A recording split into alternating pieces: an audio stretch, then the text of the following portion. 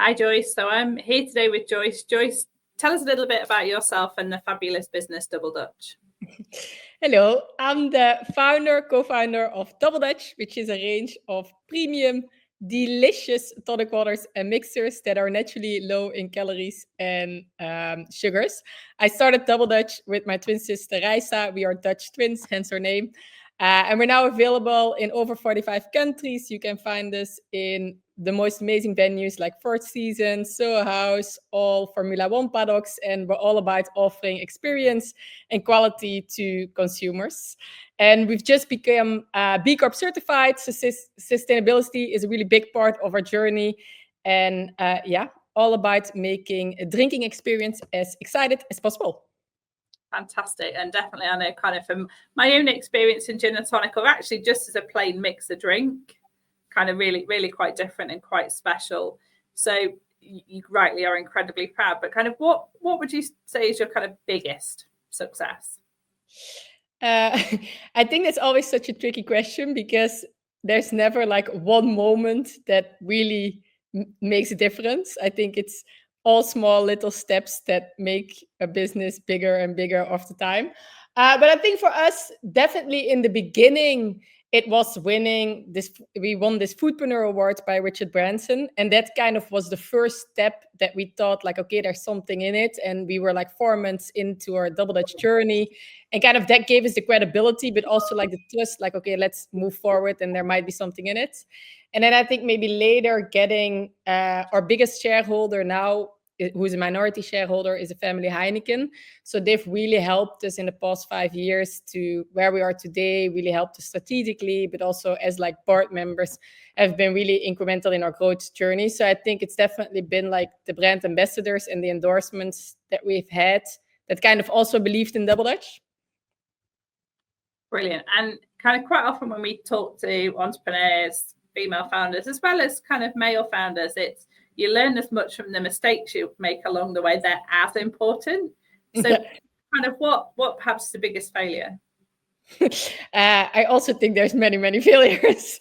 I think probably the biggest is that we in the past always kind of hired for the time where we were at that moment in time. And I think it's such a big part of how you grow your business is the team. You can never do it yourself, obviously. You need people that are smarter than you and then to have the experience in certain areas that you as founders don't have. But cash is also king. And I think at the beginning, we always hired people that we needed on that moment of time. But then as a fast-growing business, you're kind of outgrowing lots of people too quickly. And I think in the beginning, we lost a lot of time and energy in kind of just hiring someone, training them up. And then after 12 months, they unfortunately were then too junior. So we, about 5 years ago, we kind of made the decision, but rather hire some more senior people on a part-time basis and move towards a full-time basis with them together than trying to hire somebody that we could afford at that moment of time and then needed to rehire. So I think it's definitely within hiring, but also that brings like culture and team, looking at the future and who do we need within the next 2-3 years rather than just looking what we need today. Yeah, and that eminently sensible, but like you say, a learning curve and a journey to go on. But it sounds like actually you've been really good at kind of taking on board advice from others, be that shareholder, investors or others. I guess what's the best piece of advice you think you've received?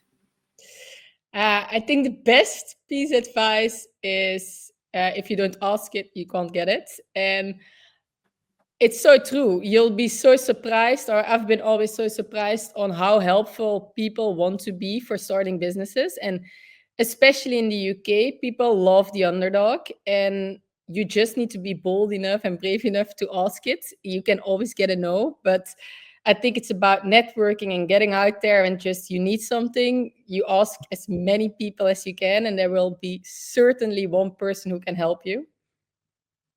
Yeah, an interesting kind of, you mentioned kind of the UK loves an underdog, and obviously, kind of you started off with you and your sister are both Dutch, hence the name. sort of why the UK then?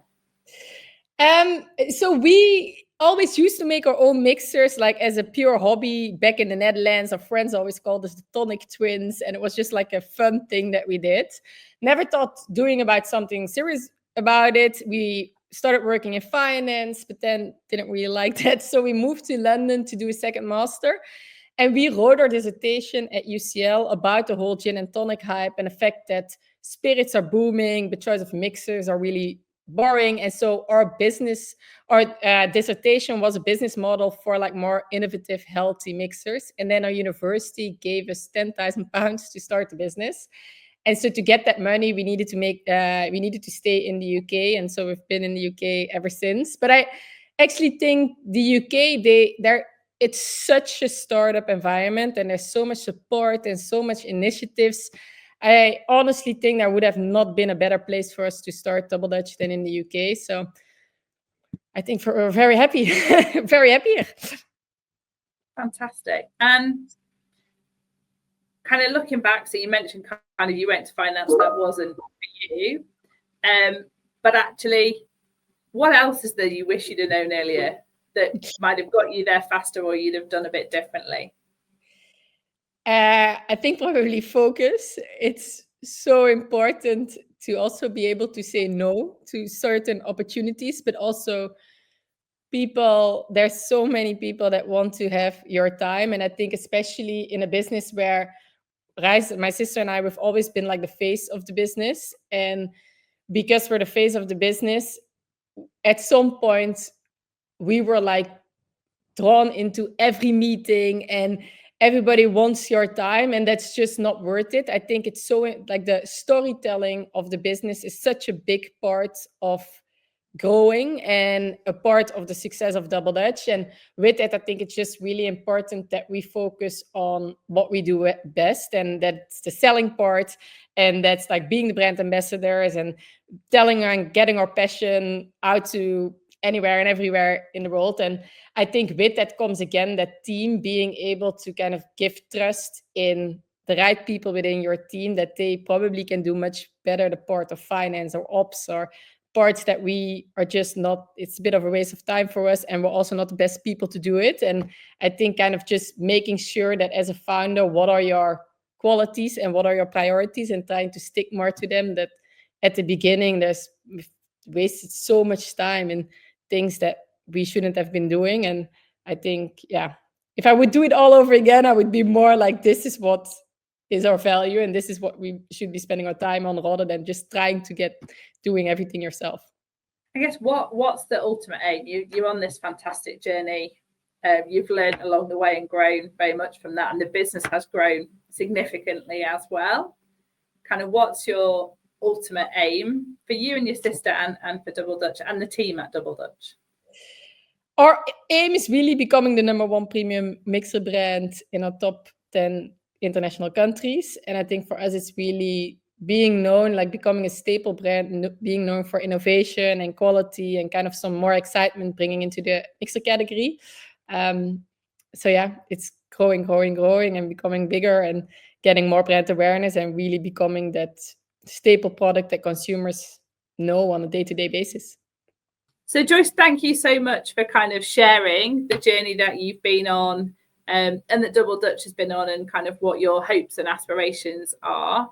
It's been great to have you on, and I'm sure lots of people will kind of benefit from listening to your experience, your ups and downs, and the focus that you now are really now having.